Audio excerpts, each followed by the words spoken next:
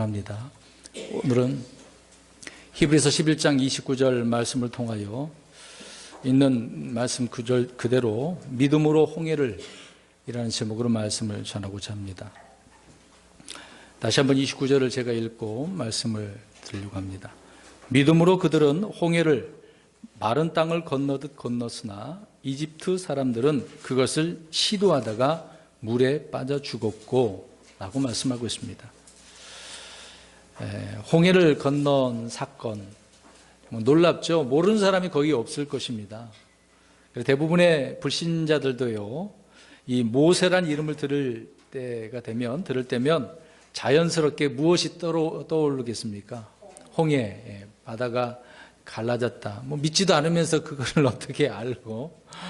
그래서 응급차가 지나가면 사람들이 차가 어떻게 합니까? 지나가도록.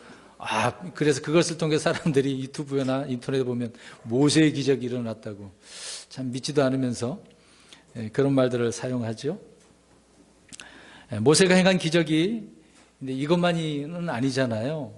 주님을 통해서 엄청난 수백 가지가 넘을 겁니다. 그렇지만 누구나 모세의 기적이라는 이런 말을 할 때면 홍해바다가 갈라진 그 일을 연상하며 떠오르는 것입니다. 어떤 지역에 자연현상으로 인해서 바다가 이제 드러나게 되어지면 신문에서 또 특히 우리나라 진도에 그런 일이 있지 않습니까? 그러면 그때만 되면 꼭 그것에 촬영을 해서 보여주더라고요. 그래서 각종 언론은 그것은 모세의 기적이 일어났다고 이제 이야기를 합니다. 근데 사실 그건 모세의 기적이 아니죠. 주님께서 하신 것도 아니고 어떤 지형적인 바다의 그런 일들로 하나의 작용하는 그런 일들이라는 것을 알 수 있습니다. 근데 이러한 사실로 인정하지 않는 신학자들이 있어요. 배도한 목양자들이 있겠죠.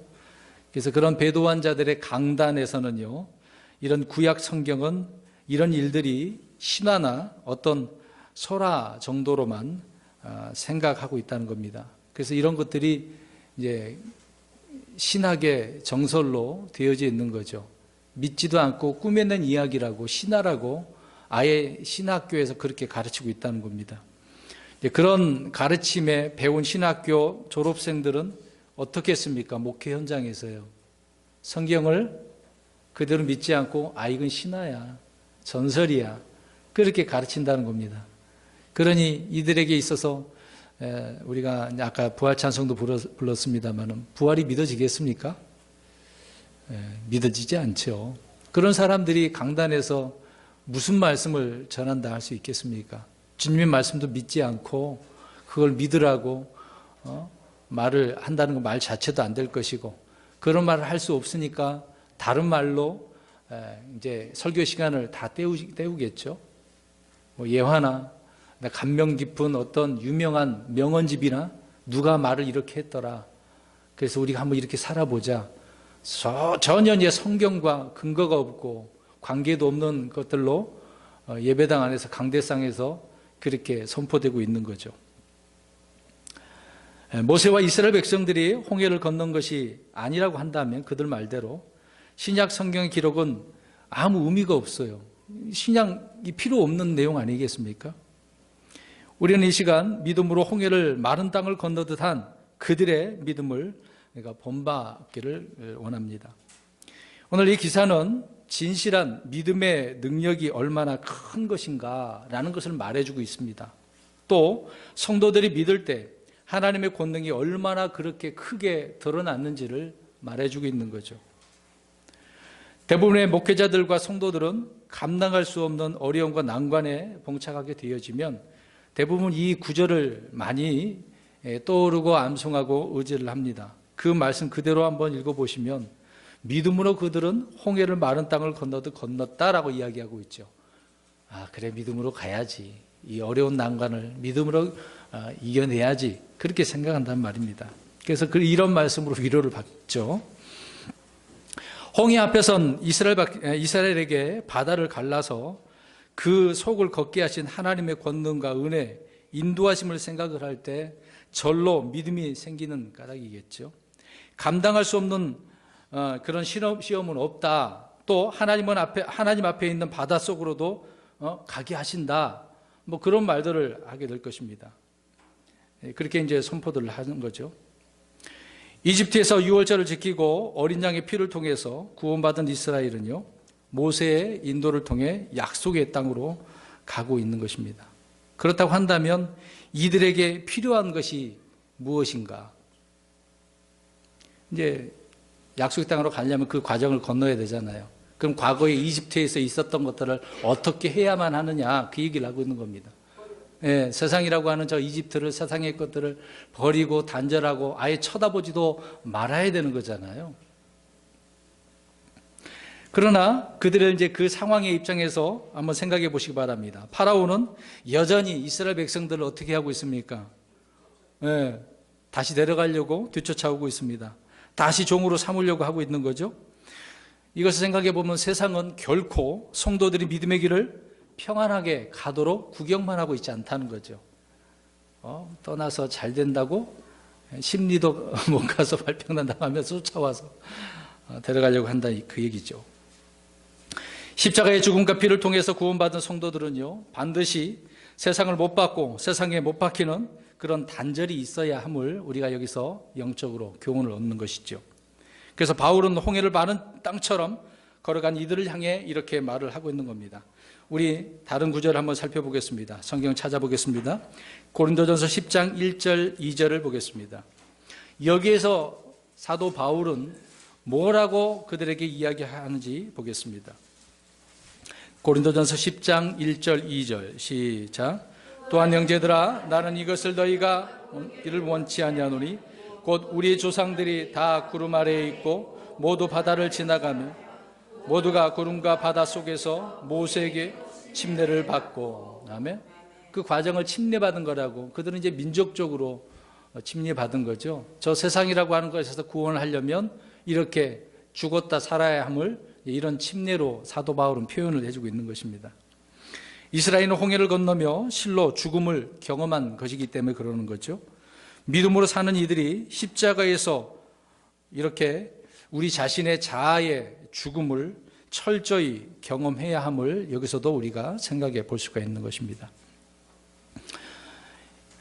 이집트에서 나온 이스라엘 백성들은 이 홍해를 건널 때 어떻게 건넜습니까? 배를 타고 건넜을까요? 비행기 타고 건넌 것도 아닙니다. 걸어서죠. 그들은 걸어서 가는데 믿음으로 홍해를 건넜다라고 성경은 말씀을 하고 있는 것입니다. 믿음을 통해 안전하게 바다를 마른 땅처럼 건넜습니다마는 동일한 시도를 했던 이집트 사람들은 모두 어떻게 되었다고 말하고 있습니까? 죽었다. 자, 두 부류를 생각하시면 좋을 것 같아요. 보십시오. 똑같은 장소예요. 똑같은 시각으로 우리가 볼 수 있는 것입니다. 이스라엘 백성들이 그렇게 보고 있는 거죠. 똑같은 일이라도 그 방법이 무엇이 아닐 때 하나님의 권능은 일어나지 않는다는 것일까요? 그렇죠. 이스라엘 백성들은 믿음으로 건넜기 때문에 하나님의 권능을 실제로 경험해서 살아서 그 홍해바다를 건넜다는 것입니다. 그러나 똑같은 장소, 똑같은 시간, 똑같은 그런 환경이지만 이집트 파라오나 그 군사들은 어떻습니까? 믿음이 없었기 때문에 그들은 바다에서 수장되고 말았던 것이죠. 이집트 사람들은 이스라엘 사람들이 홍해로 들어갈 때 뒤따라 그래서 들어갔던 거죠. 계속해서 잡으려고. 그러나 그들은 죽었습니다. 믿음으로 되는 일은 그래서 사람들에게 어떤 기술이나 지혜나 어떤 모방으로 재현하려고 해도 동일한 결과를 가져올 수밖에 없다라고 하는 부분입니다. 자, 보세요. 그들은 이스라엘 백성처럼 저들도 건너네? 우리도 한번 건너가 보자. 똑같이 그렇게 하려고 했다는 거죠.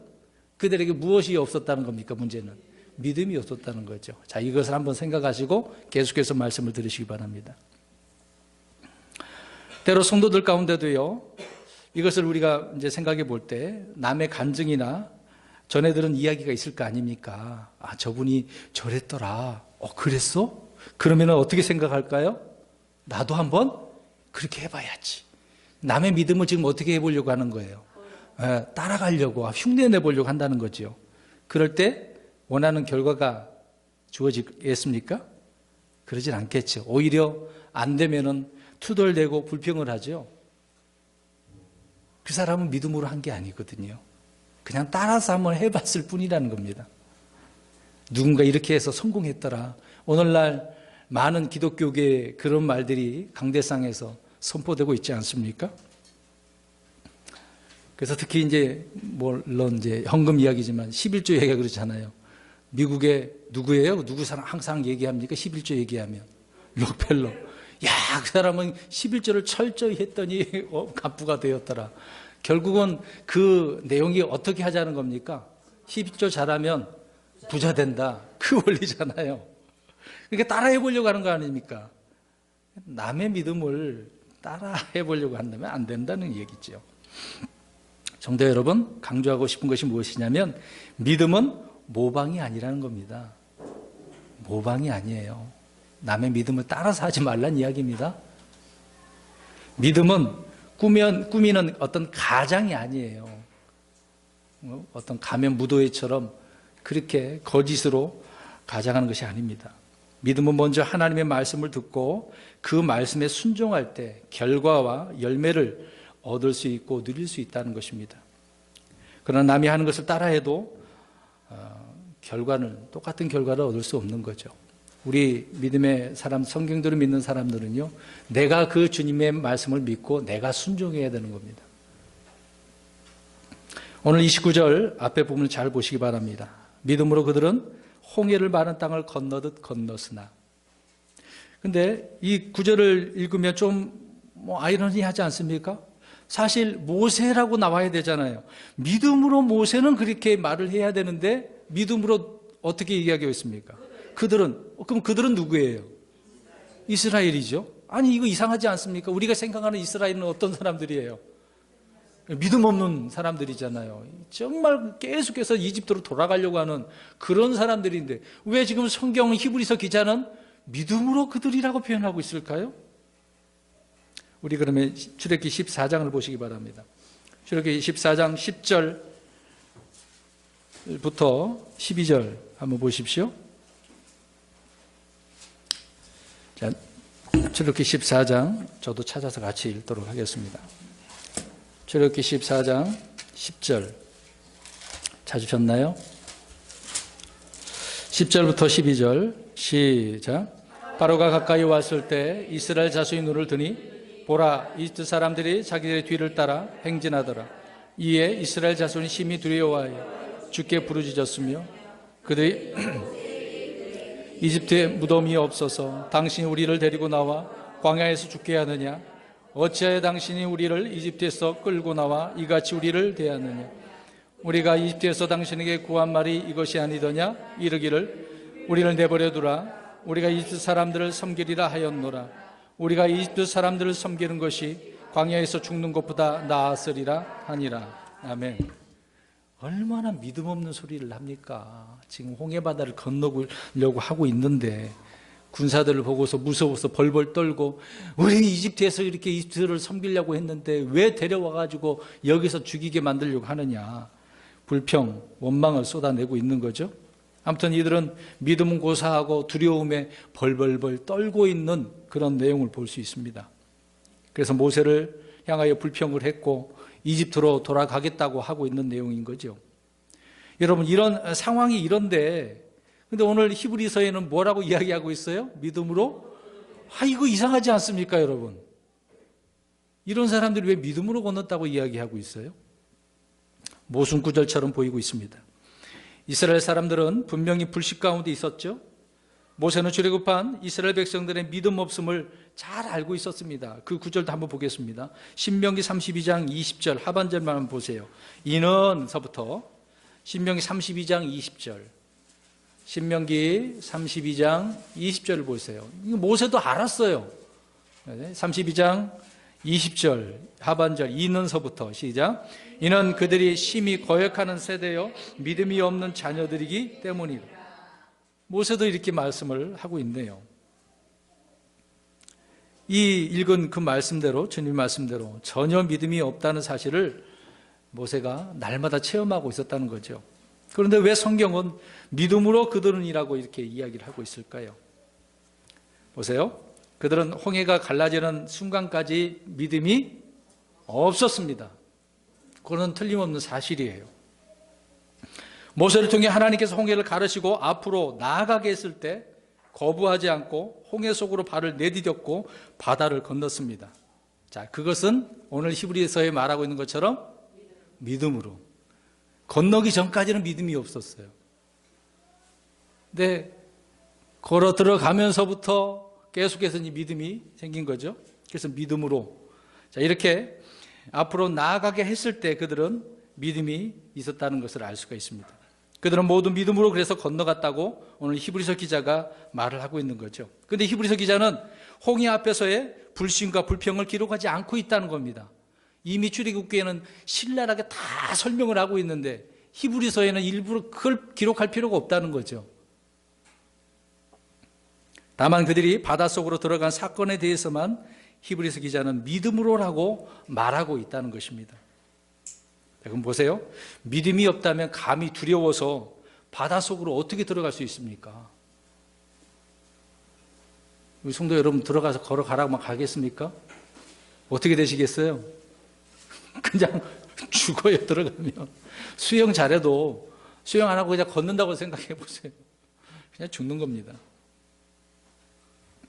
권능으로 바다를 가르시는 분은 하나님이시지만 그 속으로 들어가고 그 속을 통과해야 하는 사람 누구예요? 그렇죠. 신자, 믿는 사람, 성도의 몫입니다. 저와 여러분의 몫이라는 거죠.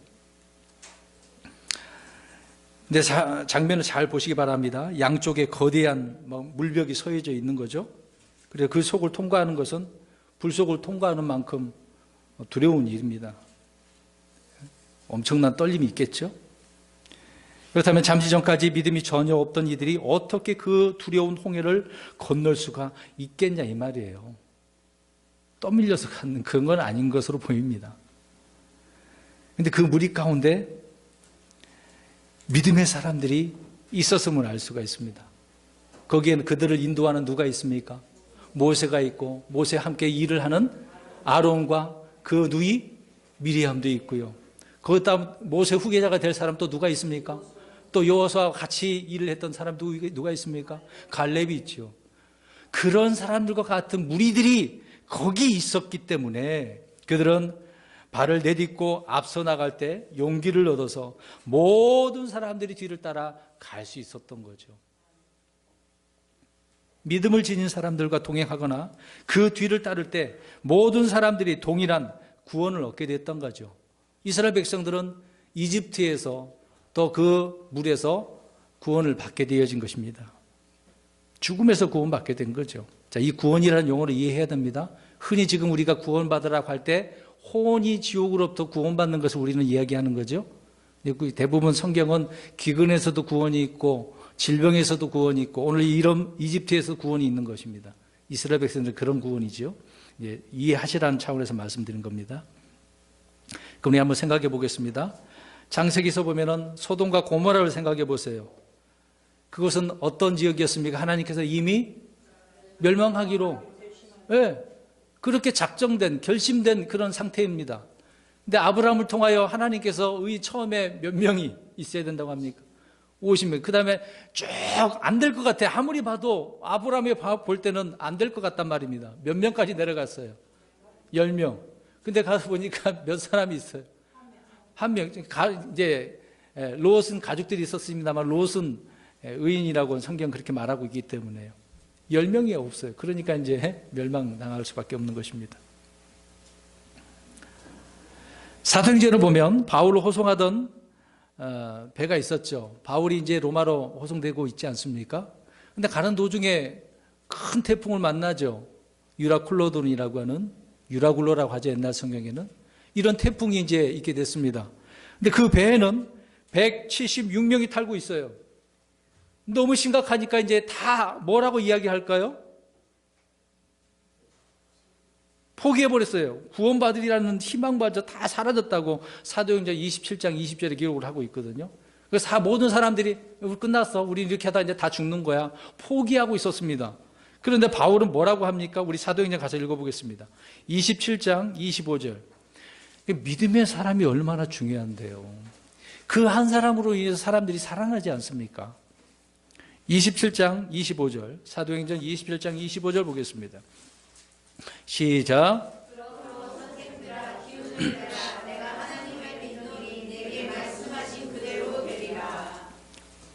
네.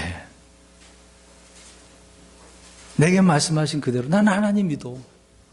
바울은 믿음의 사람 아닙니까? 거기 있는 사람들은 지금 벌벌 떨며 다 죽게 생겼다고 하고 있는데, 여러분, 믿음의 사람으로 인해 믿음이 없던 사람들이 구원을 받은 예들이 이렇게 성경에 많이 나와 있습니다. 어떤 큰 어려움이 있어도 건짐을 받는 거죠. 두려움과 절망에 빠져 절망한 이 이스라엘을 향해서 모세는 그래서 하나님의 구원을 선포합니다. 너희들 벌벌 떨 필요가 없어. 우리에게는 하나님이 있어. 하나님 우리를 건져주셔. 라고 강조를 하고 있는 거죠. 그 구절도 우리 한번 볼까요?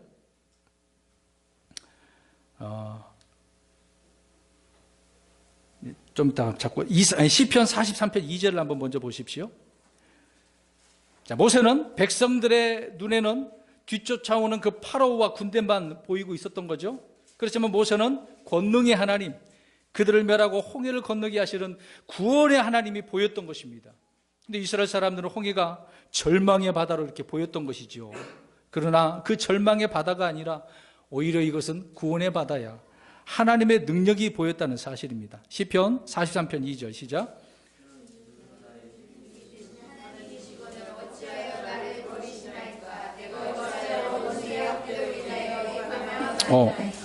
제가 몇 편이라고 그랬습니까? 그럼 제가 잘못 알려드렸네요. 그 구절이 아니고 이사야 같은 때가 잘못 43장 이사야 같습니다. 제가 이 구절을 체크를 해놔서 43장 2절 한번 보세요. 제가 잘못 시편이라고 잘못했는데 이사야인데 43장 2절입니다. 시작. 내가 물 가운데로 지나갈 때에 내가 너희와 함께하리라. 강들을 건널 때에 강들이 내 위로 넘쳐 흐르지 못하며 내가 불 속을 걸어갈 때 타지도 아니하고 불꽃이 너를 사르지도 못하리니. 아멘. 이 내용을 봐서도 하나님은 그런 데서도 건지시는 하나님이야. 구원의 하나님이야 라고 이야기하고 있는 거죠. 모세는 하나님의 구원을 바라보았습니다. 하나님은 파라오의 모든 군대보다 크시기 때문에 모세에게 있어서는 아무 걱정거리나 두려움이 아니었다는 거죠. 하나님은 또한 홍해보다도 크신 하나님이고 이 세상에 어떤 그 누구보다 크신 하나님이라고 요한일서 4장 4절에 말씀을 하고 있습니다. 또 위대하신 분이죠. 근데 문제는 사람의 무엇이 없어서, 믿음이 없어서 우리 마음의 문제인 거죠. 믿음의 문제죠. 근데 우리 사람들의 마음은 또 마음도 크다고 하긴 하잖아요. 세상을 담아도 부족해요. 왜요? 무엇으로도 담아도 만족이 없기 때문에. 그래서 타고다고 한다 그러잖아요. 근데 그 마음의 문제, 그 마음의 말씀으로 채워야 되는데 그것이 없으니 이게 문제가 있는 거죠. 근데 우리 하나님은 우리의 마음보다 크시다라고 이야기하고 있습니다. 민수기 14장 9절에 보니까 믿음의 사람 모세에게 그들에게는 한 줌의 죄였습니다마는 갈렙과 여호수아가 그들은 뭐라고 표현하고 있습니까? 가나안 사람들? 읽고 한번 해보세요. 그들은 우리의 뭐다? 양식이다, 빵이다, 밥이다. 민수기 14장 9절에. 자, 믿음의 사람들은 이렇게 보이는 거예요. 모세도 그렇고 칼렙과 여호수아도 그렇고. 근데 믿음이 없는 사람들은 보이는 현상으로서 벌벌벌 떠고 있다는 거죠. 우리 죽게 생겼어. 이제 굶어 죽게 생겼네. 특히 우리 그리스도인들 어떻습니까? 살다가 힘든 일이 생기면 역시나 안 되는구나. 결국 이렇게 살다가 망하게 되는 거구나. 그냥 다 포기하게 되어지죠. 그 모든 과정 속에 크신 우리 하나님이 보여야 되는데 그러지 않은 것이 문제인 것입니다. 믿음이 없었던 이스라엘 사람들은요, 낮에 구름 기둥, 밤에는 불 기둥으로 자신들과 함께 하시고 인도하시고 보호하시는 그런 주님을 보면서도 지금 어떠한 상태예요? 광야 그 40년 기간에 불평하고 원망하고 믿지 못하고 있는 것입니다. 덜 두려움 가운데 있고 불평하면서 울부짖으면서 모세를 원망하고 있는 거죠. 그래서 어디로 다시 돌아가고 싶었어요? 이집트로. 믿음 없는 사람들은 항상 이런 불평이 나올 수밖에 없습니다. 10번이나 기적을 하나님께 보여주셨습니다마는 그들은 보고서도 하나님의 권능을 금방 잊어버리는 거예요. 그러니까 그 순간만큼 와 놀랍다라고 했겠죠. 근데 그 좀 시간이 지나면 또 그 마음이 사라진다는 이야기예요. 우리가 은혜 받고 집으로 돌아가요. 나 막 며칠은 막 기분 좋고 막 기쁨 넘치고 막 뭐든지 잘 될 것 같아. 이제 시간이 지나 보세요. 어려움이 오면 금방 그 믿음은 사라질 때가 많이 있지 않습니까? 여러분, 불신은 현재 자신이 처한 것, 눈에 보이는 것 외에는 아무것도 생각하지 못하게 만드는 거예요. 하나님이 눈이 안 보이는 겁니다. 말씀이 생각이 안 나게 하는 것이 불신이라는 거예요. 그래서 우리가 바라보는 시야와 마음을 좁혀버리는 거예요. 제한시켜버린다는 이야기입니다. 스스로가. 그래서 그들 속에는 여전히 파라오와 이집트에 대한 두려움이 이스라엘 백성들에게 있었던 거 아닙니까? 그러나 모세는 달랐습니다. 아까 읽지 못했던 구절을 보겠습니다. 출애굽기 14장 13절 14절을 보겠습니다. 출애굽기 14장 13절 14절. 출애굽기 14장 13절 14절 시작. 모세가 백성에게 이르되 너희는 두려워하지 말라. 가만히 서서 오늘 주께서 너희에게 보여주실 그분의 구원을 보라. 다시는 너희가 오늘 본 이집트 사람들을 영원히 또 보지 못하리라. 주께서 너희를 위하여 싸우시리니 너희는 조용히 있을지니라 하니라. 아멘. 자, 여기서 포인트. 아까 믿음은 모방하는 것이 아니라고 했죠? 여기서는 믿음은 조용히 주님을 어떻게 하는 거예요? 보는 것, 신뢰하는 걸 말하는 거죠. 그냥 한번 봐. 그냥 신뢰하고 보기만 하라는 이야기야. 그 얘기를 하고 있는 겁니다. 어떤 환경에서라도 건질 수 있는 구원의 주님을 보라는 거죠. 우리는 주의 구원에 무엇을 더할 수 없어요. 그럼 구원이 주님께서 그걸 건져주고 있는데 이스라엘 백성들이 할 게 있어요? 그 당시에? 없어요. 하나님께서 하시는 거 그냥 보기만 하면 되는 거예요. 구원의 선물은 바로 그것이거든요. 우리가 뭐 할 게 없어요. 주님이 행하시는 일에 우리가 뭘 내가 애써야 된다고 도와드려야 된다고 할 필요가 없어요. 구원의 방법은 조용히 하고 주님을 신뢰하는 것이 전부라는 겁니다. 힘들고 어려우세요? 누구를 신뢰하고 바라보시라고요? 주님을 신뢰하고 바라보시라고요. 그러면 이스라엘 백성들도 못한 것인데 저와 여러분이 홍해를 가를 수 있습니까? 없죠. 저와 여러분이 저 파라오와 군대를 몰살시킬 수 있습니까? 안 돼요. 이스라엘 백성들도 못했잖아요. 그 일을 하시는 분이 누구입니까? 주님, 우리 하나님이시죠. 다만 우리는 가만히 서서 주의 구원을 어떻게 하는 거예요? 보는 거예요. 모세가 지금 그러지 않았습니까? 많은 이들이 안식을 하지 못하고 얻지 못하는 것은 주님이 하실 일을 자신이 대신 하는 것을 믿음이라고 생각하기 때문에. 그러니까 늘 불안한 거예요. 괴로운 거예요. 내가 하려고 하니까. 바다 위로 바람을 일으키는 일은 하나님께서 하시는 일이지 내가 하는 일이 아니라는 겁니다. 불기둥을 이집트 군대 앞에 세우시는 분도 하나님이시지 내가 하는 건 아니잖아요. 마찬가지로 홍해를 가르는 분도 우리 하나님이시라는 겁니다. 우리가 할 일은 아니죠. 예를 들어서 우리가 이제 교회 먼저 얘기해 보면 부흥을 많이 강조하지 않습니까? 그래서 부흥을 한번 일으켜보자 이렇게 외치고 있습니다. 그런 것은 때로 하나님의 일을 누가 하겠다라고 하는 의지가 담겨져 있습니까? 그렇죠. 사람이 믿는 자들이 하겠다라고. 근데 여러분 그런 생각하면 안 됩니다. 부흥은 하나님께서 하시는 거거든요. 우리는 할 일을 하는 것만 외치고 데려오기만 하면 되는 거예요. 역사는 하나님께서 이루시는 거죠. 우리는 하나님이 일으켜 놓은 파도를 타고 하나님이 갈라놓으신 바다 속을 건너는 것, 그것이 전부인 거예요. 바다를 가르는데 믿음이 필요한 것이 아니라 하나님이 갈라놓으신 바다를 걷는데 믿음이 필요하고 있는 거예요. 갈라놓은 그것을 어떻게 하라고요? 믿음으로 걷는 거, 믿음으로 가는 거. 그래서 믿음이 정말 중요한 것입니다. 그런 사람을 큰 믿음 가졌다라고 이야기하는 거죠. 우리 또 한 구절 보겠습니다. 시편 30편 15절. 이것도 시편 이사야인지. 30편 15절. 이사야네요, 또. 이게 제가 볼펜으로 이렇게 체크를 하다 보니 표시해놔갖고 자꾸 했거든요. 시편으로 보이네요. 이사야 30장 15절입니다. 시작. 주 하나님 이스라엘의 거룩하신 이가 이같이 말하노라. 너희가 돌이켜 안식하여 구원을 받으며 조용히 하고 신뢰하여야 힘을 얻을 터이나 너희가 원치 아니하고. 보세요. 안식하여야 구원을 받고 조용히 해야 신뢰하여야 힘을 받고 거기서 얻게 되어진다라고 말씀하고 있죠. 근데 그걸 원했어요? 원치 않았어요? 원치 않았다는 거죠.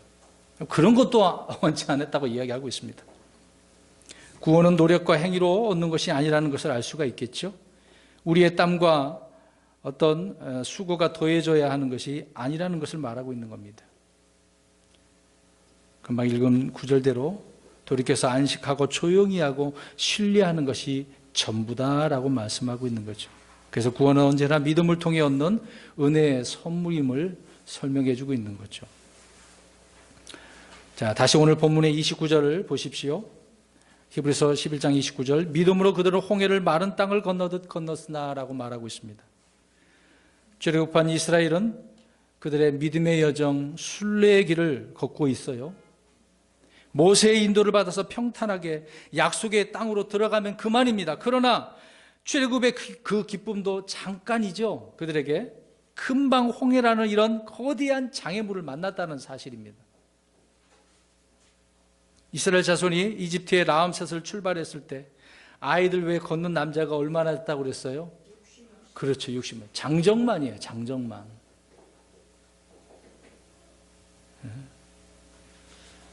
비행기를 한번 날랐다고 생각해 보세요. 최대 막 300명 넘게 타기도 하더라고요. 그러면 비행기가 몇 대가 필요하겠습니까? 뭐 계산해 보면 2,000대가 막 엄청나죠. 배를 한번 탔다고 해서 10,000명이 탈 수 있는 함선을 준비해도 60대가 필요할 거예요. 엄청난 겁니다. 근데 거기에 여자들과 애들까지 있다고 한다면 더 크죠. 그런 그들 앞에 홍해가 가로막고 있네요. 한쪽은 광야고 한쪽은 이집트 군사들이고 또 침입을 막기 위해서 수로 옆으로 방벽이 설치되어져 있는 그런 상황입니다. 믿음으로 이집트를 떠나긴 했는데 모든 일이 순조롭고 평탄하게 될 것 같은데 금방 이렇게 시련이 오고 어떤 불가항력적인 이런 상황에 놓이게 되어진 것이죠. 근데 누가 그렇게 인도하셨어요? 하나님께서 일부러 인도하셨다고요. 하나님께서 하셨다고요. 아니, 그럼 하나님 이거 너무한 거 아닙니까? 그렇게 말씀하실지도 모르겠네. 왜 꼭 그렇게 힘든 길을 가게 하셔야 돼요? 그럴지도 모릅니다. 그래야만 되니까. 그래야만 되니까 하나님께서. 그래서 그 길로 인도하셔서 어떻게 걸어가라고요? 믿음으로. 내가 이런 길을 인도하고 여러 가지 것을 보여줄 테니까 너희들은 어떻게 하기만 하면 돼. 믿음으로 걷기만 하면 돼. 그것을 알려주시기 위해서. 하나님께서 이런 상황으로 인도하셨다고 한다면 그 피할 길 또한 하나님께서 주시지 않겠습니까? 죽게 하려고 하는 것은 아니잖아요. 사람이 다 해결할 수 없는, 할 수 있는 그런 상황에만 살면은 하나님이 필요합니까? 하나님의 지혜가 필요할까요? 뭐 내가 다 할 수 있는데 하나님 뭐가 필요하겠습니까? 하나님 이스라엘에게 홍해를 건너므로써 이 이집트란 세상과 파라오로 예표되는 마귀로부터 단절과 승리를 주신 것이죠. 그것을 보라는 겁니다. 내가 이런 일을 하는 자야. 난 이런 하나님이라는 것을 보여주시면서 너희들은 믿음으로 나를 따라오면 돼. 믿음으로 걸으면 돼. 라고 하는 것을 이 기사를 통하여 우리에게 말씀해주고 있는 거죠. 그래서 오늘 본문에는 믿음으로 누가? 모세가? 그들이라고 표현하고 있는 것입니다. 여러분, 시험과 환난은 왜 하나님께서 주시는 것이겠습니까?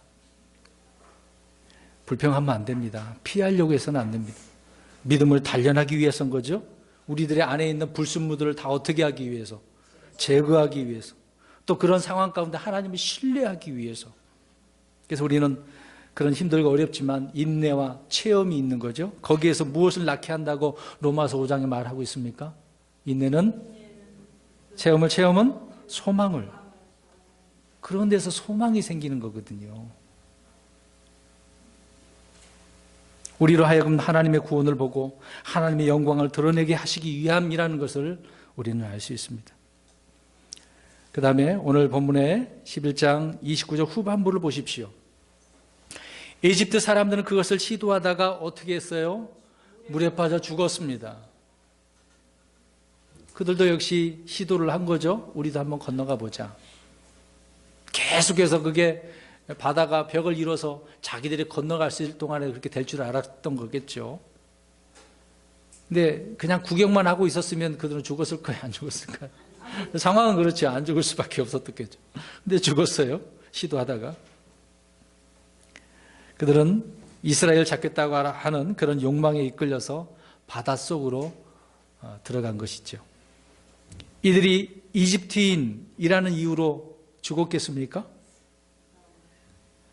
이제 포인트입니다. 그들이 이집트 사람들이기 때문에 죽은 게 아니고, 그렇죠. 믿음으로 건넜기 때문에. 똑같은 상황이에요. 똑같은 장소예요. 누구는 믿음으로 건너서 건진받은 거잖아요.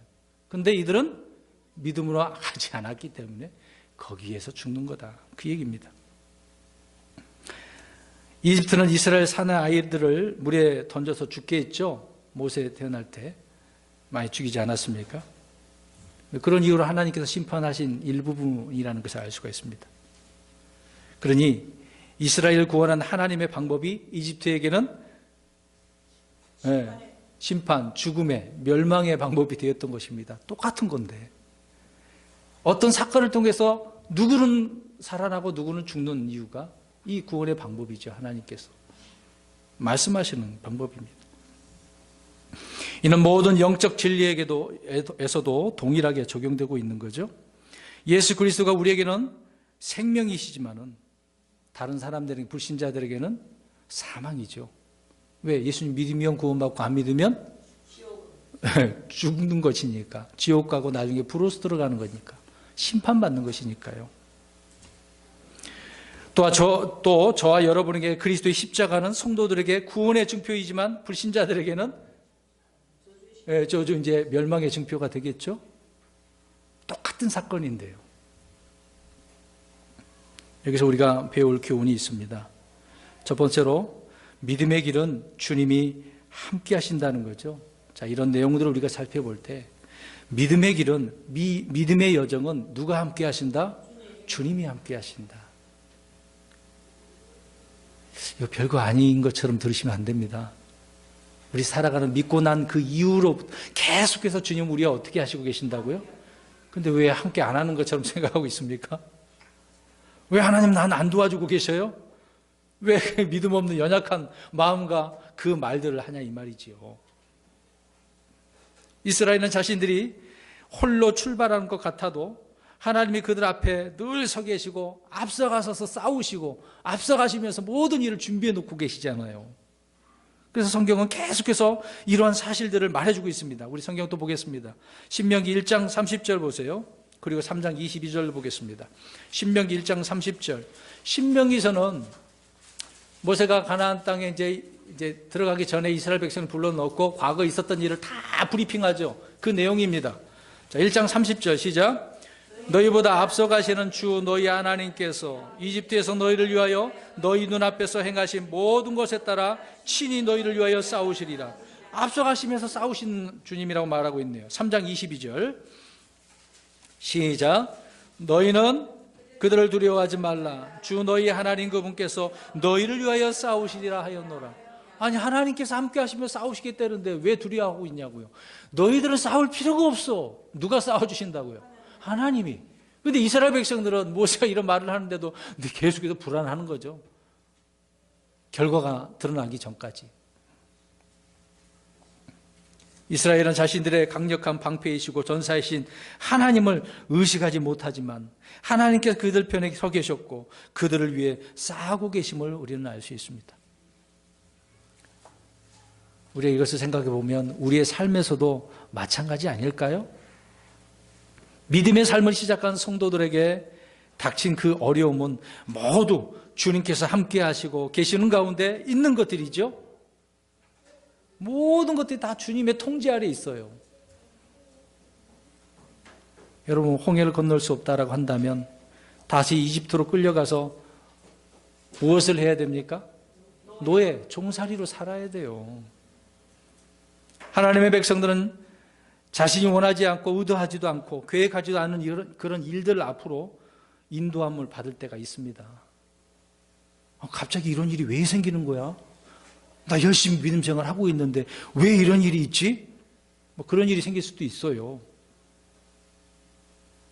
주님께서 큰 시련을 우리에게 대면하도록 이렇게 부르시는 것은 하나님의 크신 권능과 구원을 알게 하시기 위함인 것이라는 것을 알 수가 있는 거죠.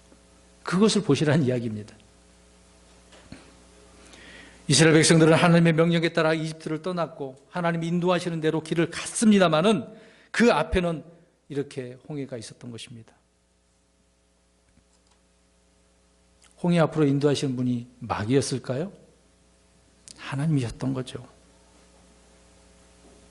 우리는 이런 원수들을, 대적들을 만나게 되고 불가항력적인 상황들을 대면하게 될 수도 있을 것입니다. 그러나 그런 상황 가운데서도 주님은 우리와 어떻게 하고 계신다고요? 함께 하고 계셔요. 피할 길도 두시고 대신 싸워주시겠다는데. 두 번째로 우리는 믿음의 여정을 걸어갈 때 이런 불가항력적인 상황이 있게 되어지면 두려움에 빠질 수가 있어요. 오늘 이스라엘 백성들이 그렇게 하고 있지 않습니까? 강력한 이 원수의 위협으로 두려움을 갖게 되는 그런 경우라는 것을 알 수 있는 거죠. 그래서 마귀는 세상을 포기하고 떠난 그런 성도들을 이렇게 추격을 합니다. 마귀가 야, 나를 떠나면 안 되는데 나를 떠나냐? 떠났으니 그래 잘 살아라 그렇게 하겠냐 이 말이죠. 에? 그렇게 안 한다는 겁니다. 계속 쫓아온다고요. 저 여러분들이 예수를 믿었다고 해서 마귀가 내버려 두지 않는 것입니다. 세상 역시 마찬가지죠. 우리 성도들을 향해서 밀물처럼 막 쓰나미처럼 몰려올 때가 있습니다. 죄는 결코 구원받은 성도들을 포기하지 않는다는 것을, 마귀는 포기하지 않는다는 것을 알 수 있습니다. 우리의 육신은 어떻습니까?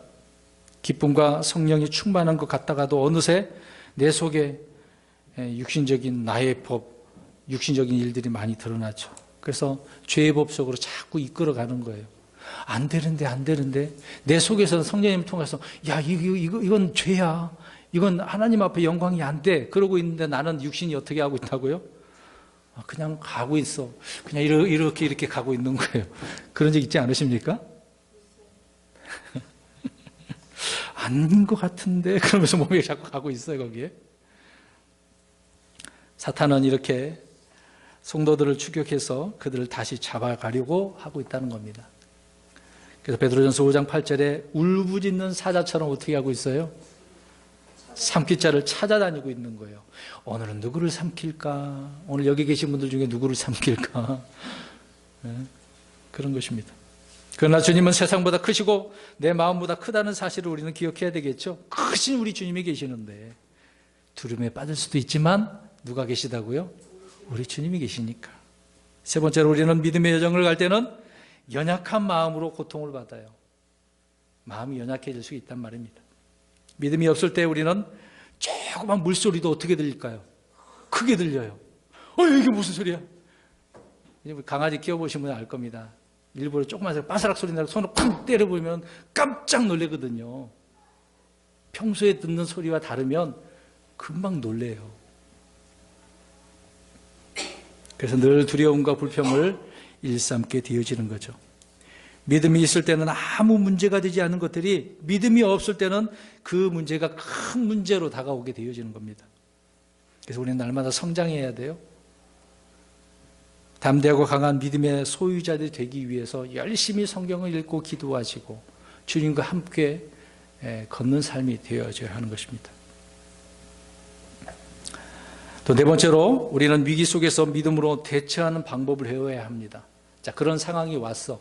어떻게 해야 되는지 그 방법을 알고 대처를 해야 되겠죠. 처음에는 이집트의 군대만 보이겠죠. 그런 상황만 보일 거라는 이야기입니다. 그렇지만 그 다음에 곧이어 모세를 통해서 들려오는 무엇이 들려와야 돼요? 말씀이 들려와야 되겠죠. 그래서 이제 믿음이 생기는 거니까. 하나님의 말씀이 마음에 자리를 잡게 되어지면 그 말씀에 의해서 우리의 믿음이 생기는 거예요. 생기는 거죠. 그럼 길이 열리게 되어지는 겁니다. 그래서 하나님은 갈라놓으신 그런 바다를 갈라놓으신 다음에 그 바다를 이제 걷게 믿음으로 가게 하시는 거죠. 자, 보세요. 하나님은 다 이렇게 해놓으신 다음에 걸어가라고 하고 있는 거잖아요. 마지막으로 다섯 번째, 믿음으로 우리가 살아가는 여정에 있어서 순종할 때 원수는 어떻게 될까요? 오늘 파라오의 군대는 어떻게 됐습니까? 죽었어요. 멸망당할 수밖에 없어요. 잘 보세요. 저와 여러분을 따라오는 저 마귀를 어떻게 하려면, 멸망시키려면 어떻게 해야 된다고요? 순종하시라고요. 이스라엘이 이집트 병사들을 모두 싸워서 이긴 건 아닙니다. 하나님께서 하신 거죠. 그건 단지 믿음으로 건너간 것밖에 없습니다. 그래서 승리하고 싶으시면 원수와 싸우기 전에 먼저 주님의 말씀에 어떻게 해요? 순종하시면 돼요. 말씀대로 하시면 되는 겁니다. 말씀을 믿고 순종해서 나아갈 때 원수는 절로 쓰러지고 패배하고 멸망할 수밖에 없다는 겁니다. 반면에 순종하지 않고 불순종할 때는 아무리 애를 쓰고 싸우고 저항하고 노력을 해도 속절없이 어떻게 될까요? 쓰러지고 실패하고 마는 거죠. 모든 힘과 승리는 누구로부터 나오는 것이겠습니까? 우리 주님으로부터. 그래서 오늘 히브리서 기자는 믿음으로 그렇게 홍해를 건넜다, 그 얘기를 하고 있는 겁니다. 결론적으로 사랑하는 성도 여러분, 성도들이 저와 여러분이 깊이 깨달아야 할 아주 중요한 진리가 바로 이것입니다. 내가 주님을 믿고 주님께 순종하는 것이 마귀를 향한 가장 효과적인 방어이고 공격이고 술책이 되겠죠. 내가 주님 편에 서게 되어지면 주님은 언제나 누구 편이 되겠습니까? 내 편이시죠. 근데 여러분이 주님의 편에 안 섰어. 그럼 어떻게 돼요? 실패하는 거죠. 그렇다고 하나님께서 나 너 몰라 그런 건 아니겠습니다만은, 그래? 그럼 고난 한번 당해봐. 또 그럴 겁니다. 예? 그래, 견딜 수 있을 것 같아? 그럼 또 한 번 더 해봐. 기다리시는 거죠. 포기하고 돌아올 때까지. 주님을 신뢰해야 되는 겁니다. 우린 구원받은 자로 성경대로 믿는 신자라고 한다면 믿음으로 걷는 이런 삶이 우리의 삶 가운데 항상 넘치기를 주의 이름으로 축원합니다.